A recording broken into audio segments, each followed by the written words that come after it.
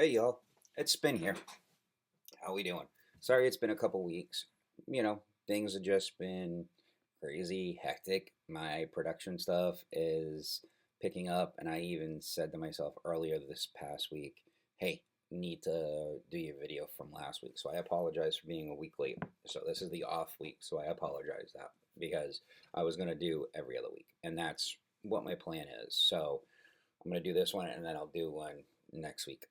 So, what I want to talk about this week is especially where I'm in the production world, meaning that I do concerts, I DJ, I work at a bar slash nightclub on Fridays and Saturdays, and running my own business. I do events too. So, like last night, I went and did a brand new tribute act here out in Massachusetts called Red Solo Cup, a tribute to the legend of Toby Keith, which is awesome. They basically they have uh, I think they did about 35, 40 songs last night. So they're so in about 2.5 hours they did quite a bit, and they're trying to push together to get up to 3 hours, which is kind of cool.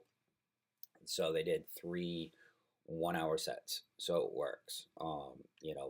The third set was a little bit short just because the medley they have in each set, they have 3 or 4 songs that they'll do back to back to back without stopping, and they went a little bit too fast. They rushed them a little bit, not purposely. It's just you get the adrenaline from the crowd, and it just happens. So there's two things I want to talk about. One thing that happened that I found out earlier in the week, or the tail end of last week, I dropped 7 pounds. And that's an awesome thing. And that is because of metformin. Actually, strike that. There's three things I want to try and fit in the 10 minutes here. Uh, so that's the first thing. Second thing is, I was coming home one night from the bar slash nightclub, and I started crying on the way home because up here I have what's called food noise. And what that means is this, and we all have it to a degree, especially those of us that are addicted to food. And what it means is that at times we will get distracted by things in life that become home food for us, meaning that, oh, stop here to get this or that. And for one thing for me is after surgery, I've lost the taste for a lot of foods. And what that means is, like, for example, I went to Burger King one day, and my mom, who's in her 70s, decided she wanted Burger King. I brought a couple of coupons with me. I got a couple of chicken sandwiches. I got her a couple burgers, some fries, and things like that. Now I didn't get fries for myself, and I'm not gonna lie. I didn't say I didn't get a small order of chicken fries, which they still have. But when I got to work and I tried the chicken sandwich, it was one of the most disgusting things I've had in a really long time. And that is probably due to my surgery, or just that before I just didn't care and I just ate it. So it's just one of those things. However, last night at the venue we were at, which is a very, very, I don't know if it's a famous venue or if just people really know it. It's called Indian Ranch. Awesome, awesome venue. Um, they have an outdoor stage with, I think, a seating capacity between 700 and 1,000, maybe even 800 to 1,000 people. They have all kinds of acts that go through. Like, they have Tesla scheduled to come through. Last year I worked the Nash Country Fest that happened, that was sponsored by Nash Radio, I believe it is, a country station out and towards Webster, Worcester, Mass. So you have to think about things. Sometimes you want to prepare, and I did for the end of the night, but I didn't prepare during the day. And me and my wife, because of the time we left, we just never really had anything to eat. So anyway, she goes up to the restaurant because there's an actual restaurant behind the actual main stage.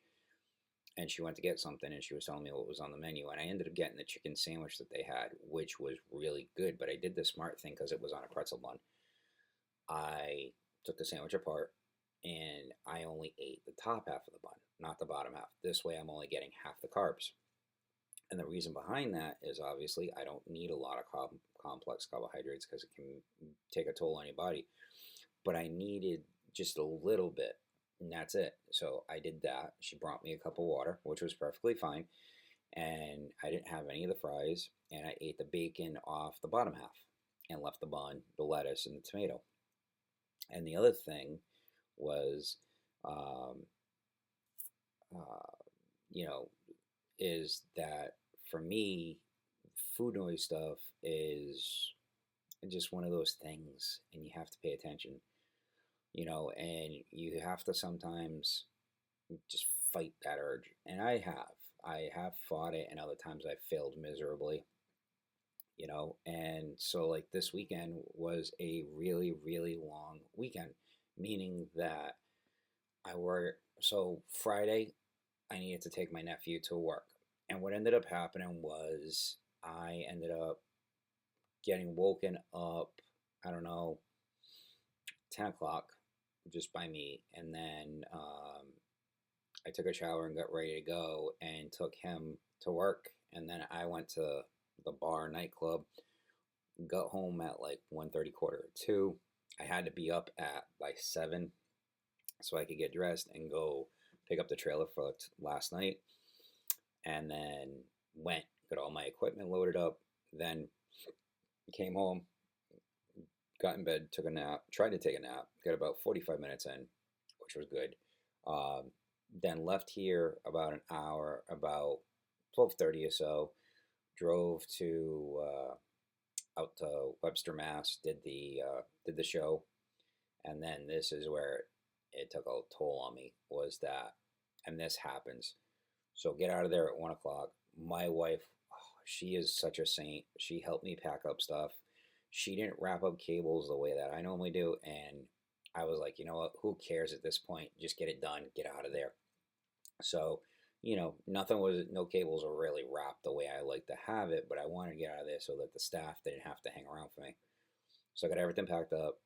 And then I dropped her off about 2 o'clock in the morning. I went and unloaded. But here's the cool thing.